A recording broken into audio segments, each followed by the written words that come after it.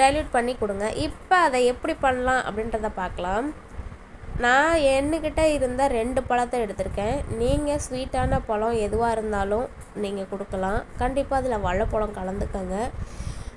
ஏன்னா வாழைப்பழத்தில் ஹையாக வந்து பொட்டாசியம் பாஸ்பரஸ் இருக்கிறதுனால, அதான் நம்ம சொன்னோம் இல்லையா, NPH அந்த இது வந்து வாழைப்பழத்தில் நல்லாவே நிறைய இருக்குது அப்படின்றதுனால கண்டிப்பாக வாழைப்பழம் இருக்கிற மாதிரி பார்த்துக்கங்க.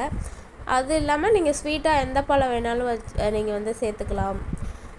சீத்தாப்பழம் கூட சேர்த்துக்கலாம். நான் வந்து இன்றைக்கி பப்பாளி பழம் தான் எனக்கு கிடச்சிச்சு. ஒரு மாதிரி சரி வீணாக நல்லா கனிஞ்சிருச்சு, அதை சாப்பிட முடியாது கனிஞ்சிட்டா.